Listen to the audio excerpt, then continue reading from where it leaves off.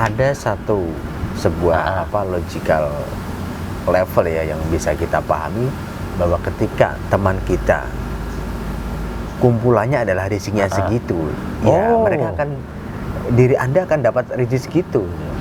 Punya usaha tetapi sulit berkembang, dagangan sepi, karir atau jabatan Anda stuck? Tingkatkan wadah rezeki Anda dengan bermunajat dan berzikir pada Allah, memanfaatkan tasbih karomah ar-rozak. Insyaallah karomahnya bisa membuka dan melancarkan rezeki Anda. Assalamualaikum warahmatullahi wabarakatuh. Di sesi kali ini saya kedatangan sahabat ya yang pengen curhat, jadi saya live-kan di podcast ya. Bukan live secara langsung, tapi ini direkam nanti ditayangkan di YouTube. Nah, kali ini saya kedatangan sahabat saya boleh sebut namanya ya? Boleh Kang, boleh. Boleh, namanya Mas Erik.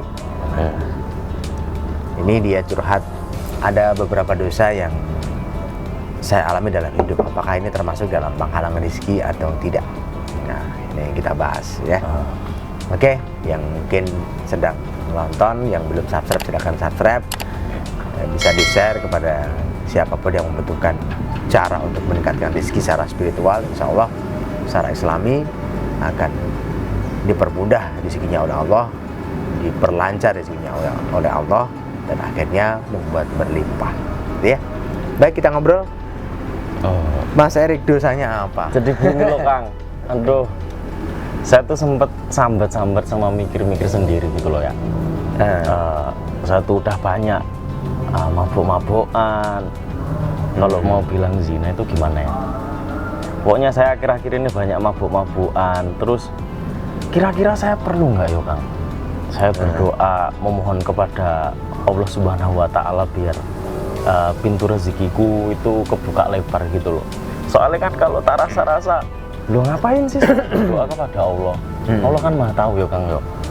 Jadi ya udah, aku kok mungkin apa aku cuman perlu menyesali perbuatan dosaku terus berhenti, terus aku diem aja nunggu rezeki, apa gimana Kang? Nah, tadi ada kalimat kira-kira aku perlu berdoa enggak? Ya. Saya sedikit kaget karena ini memang anjuran kita harus berdoa. Berdoa itu di kondisi apapun ya, mau bersih menurut pemahaman iman atau tidak, Tuhan menyarankan kita untuk berdoa. Berdoalah sesuai apa yang kamu inginkan. Insya Allah Tuhan akan mengijabahi. Jadi jangan berpikir, wah saya perlu berdoa, tidak. Ya perlu. Kang, aku berdoa nih dalam hati boleh nggak sih? Boleh. Segala aktivitas aku terus diem aja. Ya Allah, moga-moga aku kok gini kayak gini gitu, nggak apa-apa? Nggak apa-apa. Yang penting di hajatnya disampaikan. Kemudian untuk dosa-dosa yang sudah terlanjur silakan ditobati ya. Tobati dengan sungguh-sungguh, tobati dengan benar-benar baca istighfar sama Allah ya. Baca istighfar setiap hari, bahkan lakukan setiap nafas. Baca istighfar, berdoa, berzikir, kemudian berpikir solusi terbaik untuk meningkatkan rezeki ya. Itu selalu dilakukan. Insya Allah selama hubungannya dengan Allah dan Anda istighfar, minta ampun pada Allah Subhanahu Wa Taala, Anda akan diampuni. Itu ya Kang. Tapi gimana yo Kang, lingkungan kan udah banyak teman-teman yang ngajak gini, yang ngajak gitu. Aku mau nolak kok ya nggak enak. Ini gimana ya Kang solusinya? Ada dua cara. Anda bisa tingkatkan spiritual, tetap berada pada teman itu namun tidak terpengaruh. Yang kedua, tinggalkan lingkungan itu. Tinggal pilih mana.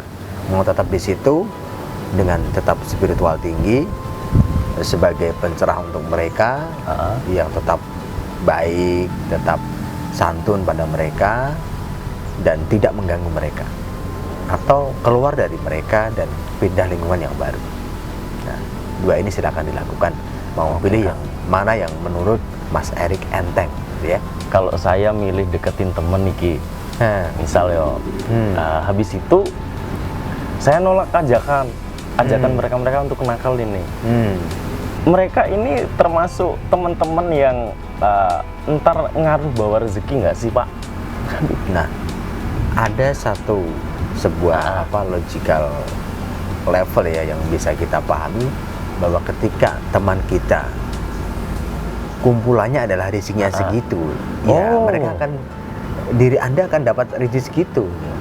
Maka carilah teman yang memang berizki banyak, maka diri Anda akan ketularan rezeki banyak, karena mengikuti caranya, mengikuti polanya, memahami sikapnya, cara bertuturnya, cara melangkahnya, cara menyikapi dirinya, cara meningkatkan spiritualnya, itu akan ketularan.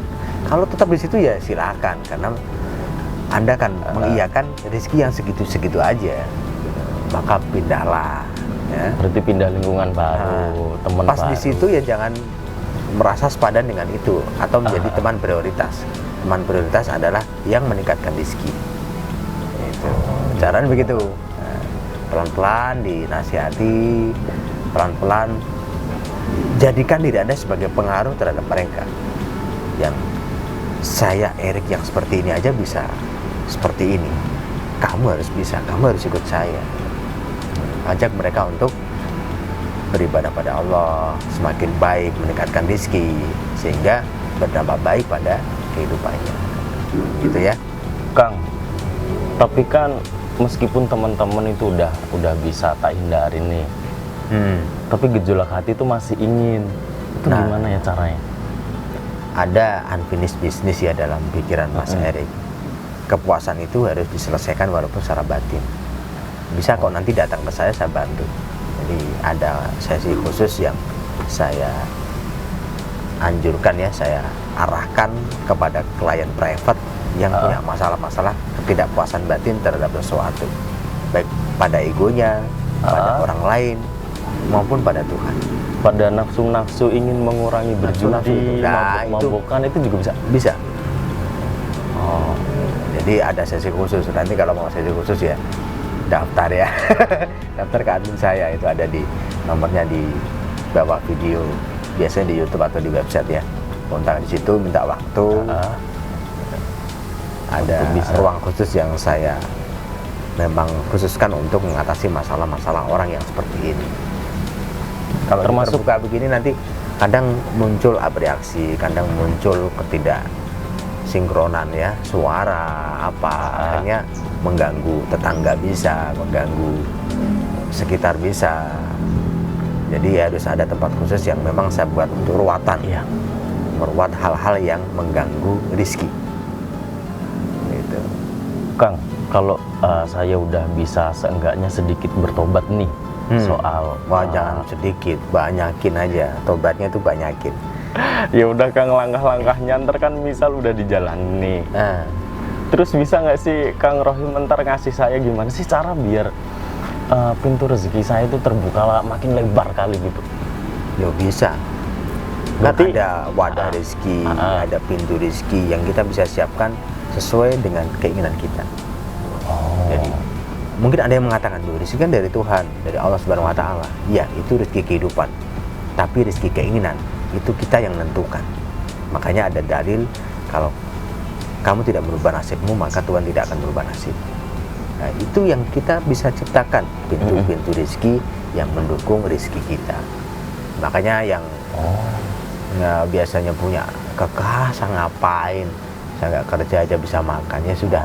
Ada alam-alam sendiri, ya, ada alam sendiri, ada makom sendiri yang bisa kita terapkan pada diri kita, mau makom A atau makom B, mau namanya makom ya tajrid dan makom kasab ya, nanti saya bahas di video berikutnya. Mungkin itu ya. Oke, di sesi ini ya, nanti bicaranya kita lanjutkan lebih dalam lagi ya Kang ya. Di sesi berikutnya. Terima kasih. Saya cukupkan dulu, dan assalamualaikum warahmatullahi wabarakatuh. Waalaikumsalam.